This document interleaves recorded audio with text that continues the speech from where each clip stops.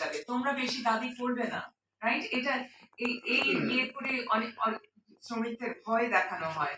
এটা একটা জিনিস আমি বলতে চাই। এই যে কিছু বদলাই নাই, অনেক কিছু বদলেছে, কিন্তু অনেক কিছু আমি 30 বছর ধরে দেখে আসছি একদম বদলায় নাই। শুধু ফ্যাক্টরি বড় হয়েছে, ছোট ফ্যাক্টরি কমে গেছে। That's one thing. Second thing, যেটা আকরাম ভাই বলে গেছিলেন যে মিনিমাম ওয়েজ সম্বন্ধে, আমাদের কেন বাংলাদেশের গার্মেন্ট ইন্ডাস্ট্রি এত বড় ইন্ডাস্ট্রি, মিনিমাম সস্তা শ্রমের জন্যই তো, রাইট?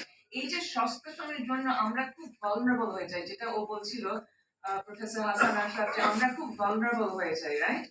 এখন এই যে ভালনারেবিলিটির জন্য মানে আমরা বৈশ্বিক ইয়েতে আমাদের যা হয় জাতীয় পর্যায়ে, সেটা এইটা আমি বলতে চাচ্ছিলাম যে জাতীয় পর্যায়ে যা হয় এটার সাথে কিন্তু আন্তর্জাতিক জগতে যা ওটার সাথে কিন্তু খুব ঘনিষ্ঠভাবে জড়িত। এটা আমরা কোভিড এর সময় দেখেছি, এখন ইউক্রেনের সময় দেখেছি, এখন এই যে শুল্ক ইয়ে করছে ডোনাল্ড ট্রাম্প, ওর নিজের গরজে করছে। হ্যাঁ, এখন সবকিছু আমাদের এখানে পড়ছে।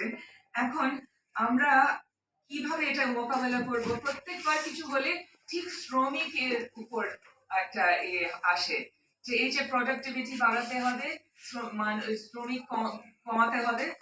এটা যেটা বিদেশে হচ্ছে ওটার সাথে এখানে অনেক সম্পর্ক। এখন প্রশ্ন হচ্ছে তাহলে শ্রমিক কি করবে? একটা কি হয় যে যেহেতু গার্মেন্ট ইন্ডাস্ট্রিটা আমাদের অর্থনীতির জন্য খুব বড় একটা জিনিস, যাদের কাছ থেকে আমরা আশা করতে পারি যে ওরা শ্রমিকের পক্ষে যাবে, যারা সাধারণ মিডল ক্লাস, তাদেরকে কিন্তু আবার বোঝানো হচ্ছে সবসময় যে যেভাবেই হোক এই শিল্পকে বাঁচাতে হবে।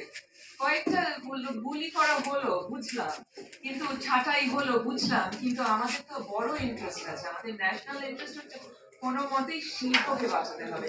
এই জন্য অনেক সময় কিন্তু আমরা মধ্যবিত্তের সাপোর্ট পাই না, এবং কিছুটা পাই না। আমি second to last point is media কার পক্ষে যাচ্ছে, মিডিয়া কেন এসব ইয়ে করছে? মিডিয়া যেমন এই যে টিএনসি দিয়ে শুনছিলাম যে শ্রমিকরা বলছে টিএনসির, এটা তো আমি কিন্তু বিদেশেও শুনে এসেছি যে এই প্রথম শুনলাম যে কেউ নিজের সম্পত্তি বেচে শ্রমিকদের টাকা দিচ্ছে, রাইট? এই গল্পটা পুরা ইয়েতে গেছে, পৃথিবীর অনেক জায়গায় গেছে।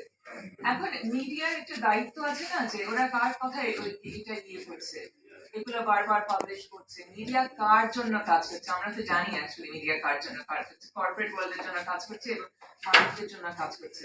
এইটা বলে লাস্ট যেটা জিনিস, যে শেষ পর্যন্ত সরকার, অনেকেই বলেছে সরকার এবং রাষ্ট্র কার, এটা খুবই মানে মনে হচ্ছে রাষ্ট্র আসলে মালিকের জন্য কাজ করছে, ক্যাপিটালের জন্য কাজ করছে। হ্যাঁ, এখন আমরা কিভাবে নিয়ে আসবো? আমাদের মনে হয় এই একটা সুযোগ হয়েছে, একটু চিন্তা করো। ও 100টা ইপিসেডের কথা বললো, এটা আর বাড়াবো না, যে আমরা কি ধরনের উন্নয়ন চাই। আমাদের এখনো আরো কয় মাস কোথায় সময় আছে জানা হচ্ছে চিন্তা করবার জন্য। আমরা কি উন্নয়ন চাই যাতে ক্যাপিটালিস্টদের জন্য অনেক বড় ইয়ে হোক, নাকি আমরা উন্নয়ন চাই যাতে শ্রমিকদের কোনো লাভ হয়? কারণ কিন্তু এই যে ইপিসেড গুলো খোলা হচ্ছে, কারোর না কারোর লাভ হচ্ছে, দেশের কিছু কিছু নাগরিকের লাভ হচ্ছে। কোন নাগরিকের লাভ হচ্ছে এবং কোন নাগরিকের লাভ হচ্ছে না সেটাও কিন্তু দেখতে হবে, এবং সেটা একটা উন্নয়ন, ডেভেলপমেন্ট বলতে কি বুঝি সেটার উপর নির্ভর করে।